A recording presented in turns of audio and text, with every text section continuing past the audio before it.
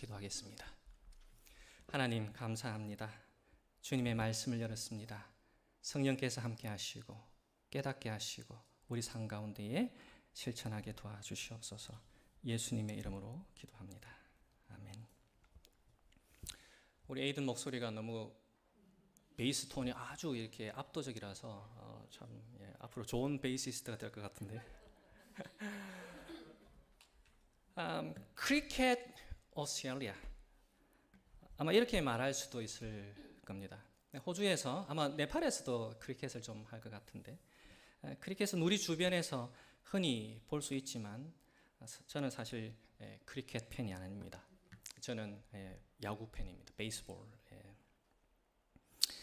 사실 저의 호주 친구들이 이 호주 국가대표 크리켓 팀이 나오는 라이브 방송 혹은 크리켓 경기를 보면서 점수에 대해서, 경기에 대해서 댓글을 페이스북에 게시할 때 저는 할 말이 없어서 좀 지쳤는데, 사실 무슨 말이라도 하고 싶었지만 할 수가 없었습니다. 크리켓에 대한 저의 이해가 굉장히 얕았기 때문입니다. 크리켓 선수들이 가끔 잠옷 차림으로 경기하는 이유와 5days 경기, 5일 경기가 2, 3일 안에 끝나는 것이 이해가 되지 않았습니다. 또 호주 크리켓 국가대표팀 주장이 왜 그렇게 유명하고 인기가 있는지 사실 잘 실감이 나지 않습니다.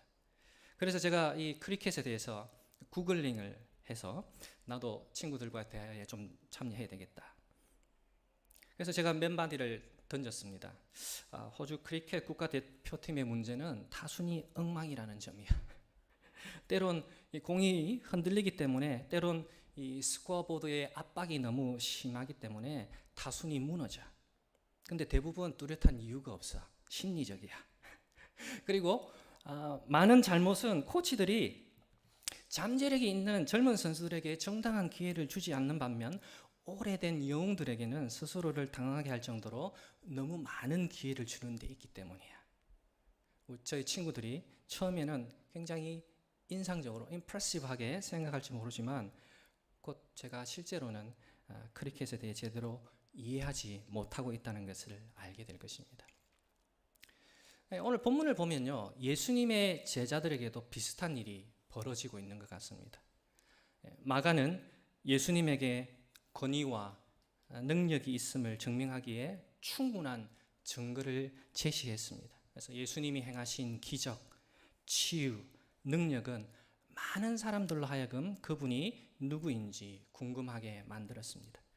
사람들은 예수님이 누구인지 궁금했지만 그분이 하나님의 아들이신지 메시아인지는 알 수 없었습니다. 그래서 예수님이 선지자일 수 있다고 생각했습니다. 부활한 세례 요한이나 엘리야라고요. 그러나 베드로는 예수님이 그리스도이심을 충분히 이해한 것처럼 말했습니다. 주는 그리스도십니다. 하지만 예수님께서 인자를 고난과 연결시켜 모두를 놀라게 했을 때에 베드로가 예수님이 누구신지 제대로 이해하지 못하고 있다는 사실이 드러납니다. 비슷하게 아마 우리 교우들도 인자가 누구인지 궁금해 하실 수 있을 겁니다. 간략하게 설명하면요, 인자는 예수님의 또 다른 칭호, 타이틀입니다. 그래서 구약성경 다니엘서에 보면 환상 중에 인자는 아버지 하나님의 면전으로 인도되어 아버지의 왕국을 다스릴 자격을 갖춘 우주적인 왕으로 묘사됩니다. 그의 왕권은 사라지지 않을 영원한 통치권입니다. 인자는 권세와 영광과 통치권을 받습니다. 모든 민족과 열방, 모든 언어를 사용하는 사람들이 인자에게 경배합니다. 마가복음 8장 31절에서 예수님은 임박한 고난, 또 자신의 죽음, 부활에 대해 제자들에게 분명한 가르침을 주십니다. 그리고 예수님의 이 예언과 제자들의 반응 사이에 어떤 패턴이 있습니다. 그리스도의 참된 본성과 하나님의 나라와 제자도에 대한 제자들의 오해가 드러납니다. 그래서 예수님은 그들의 오해를 풀어주십니다. 그래서 이런 패턴이 나타납니다. 고난 예고, suffering prediction. 제자들의 오해, misunderstanding. 그리고 예수님께서 그것을 correction, 정정해 주십니다. 그것이 3번 반복됩니다. 저는 오늘 우리 교우들이 이 마가복음 8장에서 10장에서 기록된 이 3가지 고난에 대한 예고가 어떻게 그리스도와 그분의 왕국과 그분을 따르고자 하는 제자들의 놀라운 특성, 그 본질을 드러내는지를 볼 수 있도록 돕고 싶습니다. 먼저 지도를 좀 봐주시기 바랍니다. 왼쪽 편은 갈릴리입니다. 마가복음의 처음 8장은 갈릴리와 그 주변에서 예수님의 사역을 보여줍니다. 그 후 예수님은 가이사라 빌립보 제일 위에 있죠. 에서 예루살렘을 향하여 출발하셨습니다. 예루살렘까지의 이번 여정은 약 400km였습니다. 이 여정 동안 예수님은 치유나 기적보다는 자신의 고난, 또 죽음, 부활에 초점을 맞추십니다. 또한 제자도에 관한 집중 과정을 인텐시브 코스라고 할 수 있겠습니다. 이 집중 과정을 제공해서 예수님을 따르는 사람들이 어떻게 자신의 모범을 따라야 하는지 가르치십니다. 그래서 마가복음 8장부터 13장까지 우리가 읽어보면요, 이 앞서 언급했던 이 3가지 패턴이 나타납니다. 첫 번째 예고를 먼저 살펴보겠습니다. 예수께서 자신이 반드시 죽어야 한다고 말씀하신 것을 주목해 보십시오. 예수님의 임박한 이 죽음에 대한 소식이 우리에게 충격을 주지 않는다면 그것은 우리가 이미 이 이야기가 어떻게 끝나는지 알고 있기 때문입니다. 우리가 드라마를 보면 결론을 알면 어떻습니까? 중간에 이어진 얘기가 그렇게 신선하지 않잖아요. 예수님의 임박한 죽음이 우리에게 충격을 주지 않는 것은 우리가 그 이야기를 마지막을 알고 있기 때문입니다. 하지만 우리 교우들이 잠시 베드로가 한번 해보세요. 베드로의 머리에는 왕, 통치자, 구원자라는 전통적인 그리스도 개념으로 가득 차 있습니다. 베드로가 이 개념을 고난, 거부, 십자가 처형 이런 것과 일치시키려고 할 때 당연히 그것은 잘 어울리지 않습니다. 메시아와 그분의 죽음은 조화를 이룰 수 없습니다. 기적적인 치유와 자연을 다스리는 능력을 통해 자신의 위대함을 보여주신 예수님이 죽임을 당할 수 있다는 것이 베드로에게는 어떻게 보면 믿을 수 없는 것으로 보였을 것입니다. 그것은 베드로에게는 일어나서는 안 되는 일이었습니다. 그러나 제자가 되고자 하는 사람에게 예수님의 초대는 굉장히 솔직합니다. 어니스트합니다. 8장 34절입니다. 나를 따라오려고 하는 사람은 자기를 부인하고 자기 십자가를 지고 나를 따라오느라.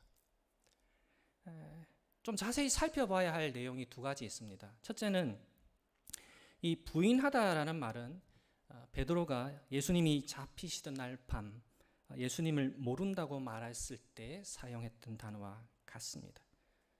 사실 베드로는 어디를 가든지 예수님을 따르고 겸손히 섬기기 위해 자신의 삶을 통제하는 것을 포기한다는 것을 의미합니다. 둘째, 예수님은 마가복음에서 처음으로 십자가에 대해 말씀하십니다. 그런데 자신의 십자가가 아니라 제자들의 십자가입니다. 제자들에게 나를 따라오려거든 너희의 십자가, 자기 십자가를 져라. 우리는 이 말씀의 힘을 쉽게 놓칩니다. 왜냐하면 이 자기 십자가를 지라, 영어로 taken up your cross, 자기 십자가를 지라는 이 말이 해야 할 약간 성가신 일에 대한 관용구로 영어에 들어왔고 한국말에도 좀 비슷한 느낌이 있습니다. 좀 뭔가 해야 되는데 조금 unpleasant한, 좀 성가신. 그래서 예를 들면 쓰레기통을 집 앞에 내놓고 세금 정산 신고서를 작성하고 아니면 우리 사순절 기간 동안에 초콜릿을 먹지 않는다는 희생 같은 그런 것으로 쓰입니다. 하지만 원래의 의미는 예수님께서 사형 선고를 받고 집행을 기다리는 상황에 우리를 초대하신 것과 더 밀접합니다. 십자가를 향한 예수님의 길에 동참하라는 부르심입니다. 사실 요한복음에서도 이런 언급이 있는데, 요한복음에서 보여주듯이 예수님의 제자 중 많은 사람이 사실은 예수님을 따르다가 중간에 떠나가서 그분을 더 이상 따르지 않습니다. 예수님은 이렇게 말씀하시는 것이죠. 자신의 제자들에게 자신이 곧 죽을 것이기 때문에 나를 떠나지 마라. 그리고 지금 예수님과 복음을 위해 목숨을 잃더라도 장차 목숨을 구할 것이라고 격려합니다. 화면을 한번 보십시오. 우리는 이 역설을 볼 수 있습니다. 목숨을 구하는 자는 목숨을 잃게 되고 목숨을 잃는 자는 목숨을 구하게 됩니다. 그렇다면 이 제자도에 대한 이 가르침은 우리와 어떤 관련이 있습니까? 우리는 십자가로 가는 예수님의 길을 함께 걸을 필요도 없고 걸을 수도 없습니다. 왜냐하면 예수님께서 이미 다 이루셨기 때문입니다. 그러면 예수님의 가르침은 무엇입니까? 예수 그리스도를 따르는 사람들에게 십자가로 빚어진 이 cross-shaped life, 이 십자가로 빚어진 삶은 필수적이지만 한편으로는 또 불가능하기도 합니다. 우리는 그리스도를 위해 목숨을 걸기보다 세상적인 안전을 추구하려는 유혹에 직면할 경우가 더 많습니다. 우리 스스로는 십자가로 빚어진 삶을 살 수 없습니다. 그렇게 살지 못하면 사실은 하나님의 왕국에 들어가기가 어렵습니다. 하지만 예수님께서는 놀랍게도 두 가지의 해결책을 제시하십니다. 그분은 우리를 대신하여 자신의 생명을 우리의 대속물로 바치십니다. 또한 우리가 올바른 길을 볼 수 있도록 영적인 눈을 열어주십니다. 제자들이 기대했던 하나님의 나라는 그리스도의 십자가를 막아서 오는 것이 아니었습니다. 제자들은 그리스도에 대해서만이 아니라 자신들에 대한 생각이나 기대도 바꿀 필요가 있었습니다. 예수님의 십자가는 우리의 구원을 위한 수단일 뿐만 아니라 제자가 되고자 한다면 짊어져야 할 제자들의 삶의 방식이기도 하기 때문입니다. 마가는 하나님의 아들 예수 그리스도의 복음이라는 핵심으로 마가복음 1장에서 시작합니다. 그리고 예수님을 따르는 제자들이 이 진리를 발견하기를 기다리면서 이 마가복음의 나머지 부분을 기록합니다. 하지만 사람들의 현실적인 이 기대가 그것과 일치하지 않을 때 우리는 어떻게 해야 할까요? 예수님께서는 사실 제자들이 이 자신의 변모, 이 트랜스피규레이션을 목격한 후에 가장 영광스러운 모습을 보여주신 후에 자신에 대한 고난에 대한 두 번째 예고를 하십니다. 베드로, 야고보, 요한이 높은 산에서 예수님의 영광을 목격했지만 하나님의 백성을 향한 놀라운 계획, 십자가는 바뀌지 않습니다. 9장 31절입니다. 그것은 예수께서 제자들을 가르치시며 인자가 사람들의 손에 넘어가고 사람들이 그를 죽이고 그가 죽임을 당하고 나서 사흘 후에 살아날 것이라고 그들에게 말씀하고 계셨기 때문이다.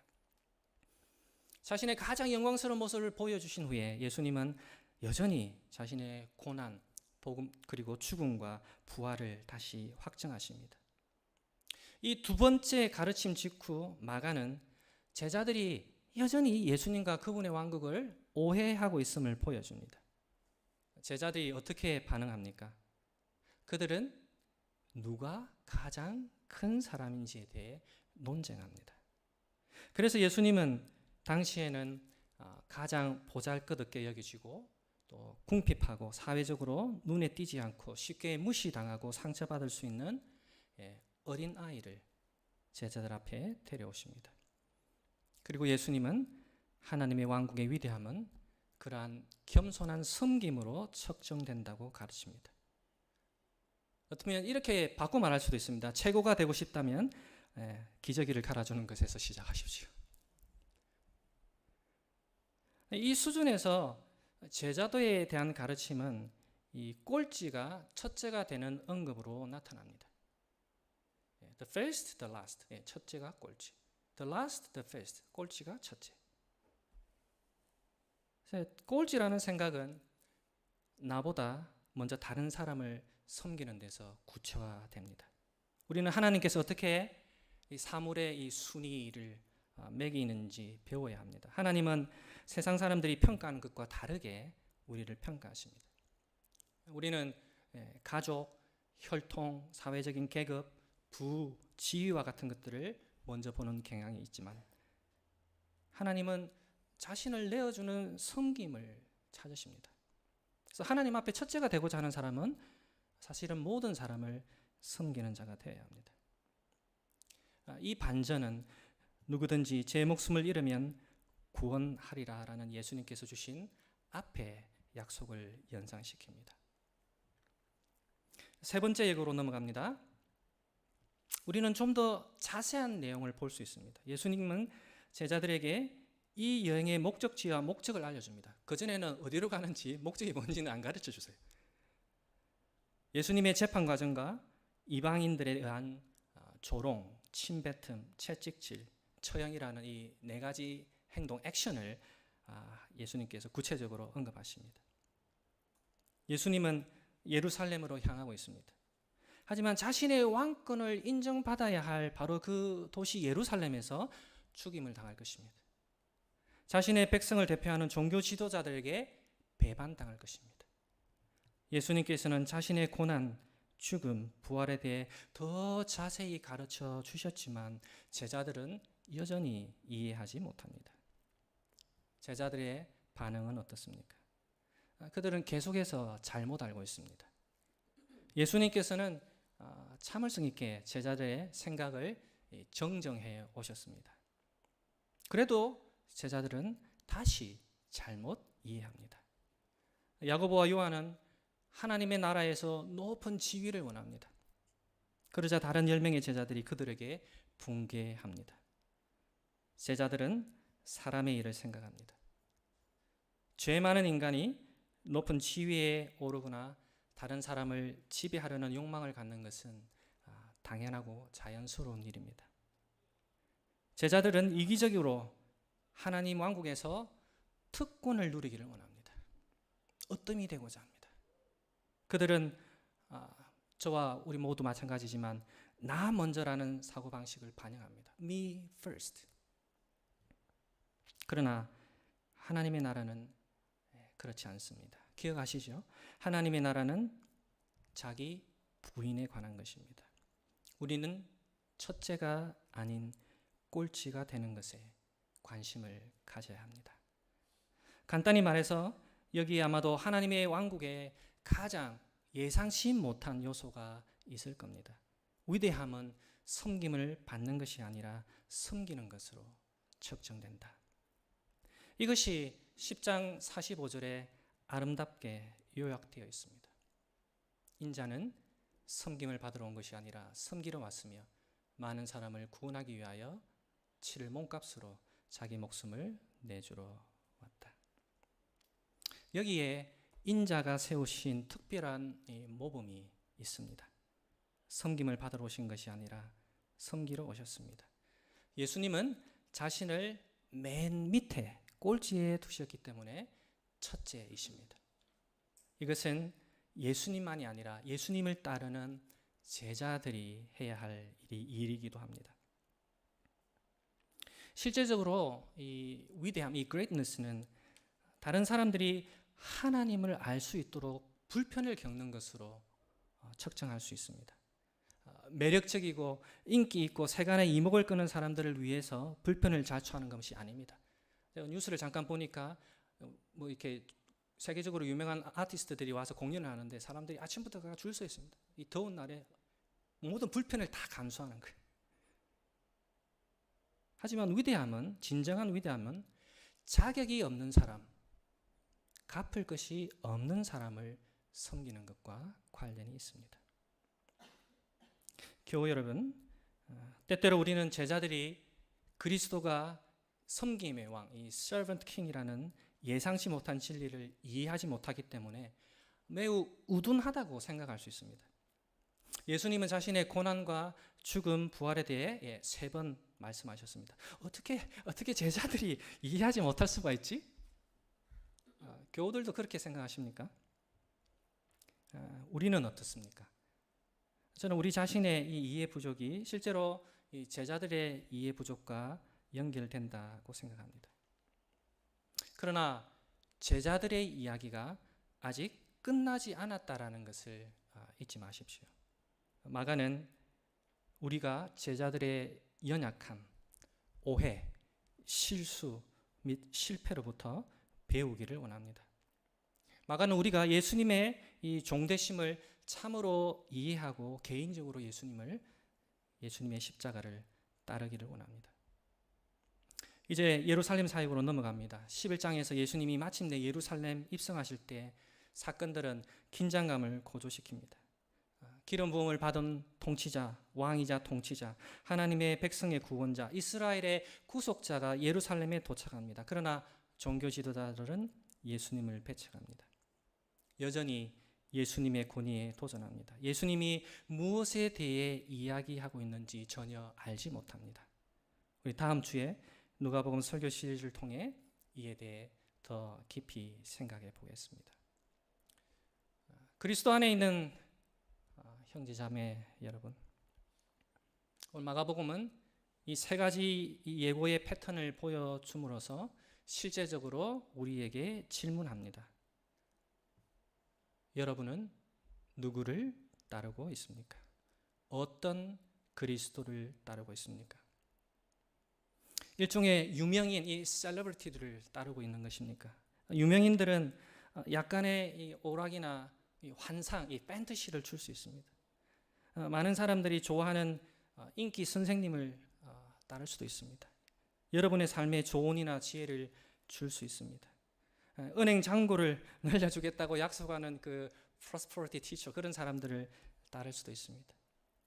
하지만 여러분이 그들의 은행 잔고를 먼저 늘려주면 그들도 그렇게 할 수 있을 겁니다. 하지만 그들 중 어느 누구도 우리의 죄된 본성의 결과로부터 우리를 구원할 수 없습니다. 예수 그리스도는 어떻습니까? 우리를 구원하시기 위해 고난당하시고 죽으시고 부활하신 그분을 따른다면 그분의 죽음과 부활을 통해 생명을 얻게 될 것입니다. 예수님을 따르는 것은 이 세상이 홍보하는 많은 지도자 목록에 나오는 그 어떤 사람보다도 훨씬 낫습니다. 예수 그리스도를 충실히 따르는 것이 하나님의 방법입니다. 우리 교우들 중에 이미 예수님을 따르고 있다면 내가 왜 예수님을 따르고 있는지 스스로에게 한번 질문해 보시기 바랍니다. 이 번영을 원한다면, 이 프로스퍼리티를 원한다면 잘못된 방향으로 간 것입니다. 내 마음만 수련하면 돼라고 한다면 그것도 잘못된 방향입니다. 종교적인 만족을 원한다면 그것 또한 잘못된 방향입니다. 잘못된 방향으로 여행을 계속하면 실망하게 될 것입니다. 예수님의 제자가 된다는 것은 하나님의 구원 사역을 가리키는 일이기 때문입니다. 하나님은 예수님의 죽음과 부활을 통해 그 사역을 완성하셨습니다. 마가는 이 진실을 우리에게 전하기 원합니다. 여러분은 어떻게 예수님을 따르고 있습니까? 자기를 부인하고 자기 십자가를 지고 예수님을 따르는 것은 일회성 사건이 아닙니다. 어쩌면 오늘 우리가 정말 실험해야 할 진리는 예수님을 따르는 것이 우리의 life journey, 평생의 여정이라는 것입니다. 잘못된 동기와 세속적인 가치관, 예수님을 따르는 사람들을 우리가 평생 살아가다 보면 그런 것들이 우리를 유혹할 수 있습니다. 예를 들어서 우리는 우리 자신의 중요성에 대해 잘못 느끼고 오해할 수 있습니다. 다른 사람들이 우리를 섬길 수 있도록 내가 더 위대하게 되고 싶어, 그렇게 생각할 수 있습니다. 모든 것을 내가 통제하고 싶어, 다른 사람을 위해 봉사함으로써 일을 완수하려기보다는 다른 사람을 지시하는 데 바쁠 수 있습니다. 그렇기 때문에 우리는 하나님의 능력이신 성령의 인도하심을 받아 변화되고 새롭게 지어져 가야 합니다. 참으로 나 중심의 이기적인 생각에 사로잡힌 우리에게는 불가능해 보이지만 하나님께는 가능합니다. 하나님은 자신의 아들을 통하여 불가능을 가능케 하십니다. 이것은 단지 2초 동안 컴퓨터 마우스를 클릭하거나 화면을 터치하는 것 외에는 아무 대가 없이 인스타그램이나 페이스북 게시물을 팔로우하는 것, 따르는 것하고는 본질적으로 다릅니다. 우리는 우리의 종 대신 섬김의 왕이신 예수 그리스도를 따르고 있습니다. 이것이 우리가 예수님의 제자로서 그분을 따르는 방법을 빚도록 해야 합니다. 우리가 스스로 선택하고 싶은 길이 아니라 예수님께서 선택하신 길을 따라야 합니다. 교우들은 어떻게 예수님을 따르고 있습니까? 같이 기도하겠습니다. 하나님 아버지, 제자들을 향한 예수님의 3번의 가르침을 통해서 우리가 어떻게 예수님을 따르고 있는지 스스로를 살펴볼 수 있도록 말씀을 통해서 도전해 주셔서 감사합니다. 내가 원하는 방식이 아니라 예수님께서 보여주신 십자가의 방식으로 예수님을 따를 수 있는 예수님의 제자들이 되게 하여 주시옵소서. 예수님의 이름으로 감사하며 기도드리옵나이다. 우리 다 같이 일어나셔서 십자가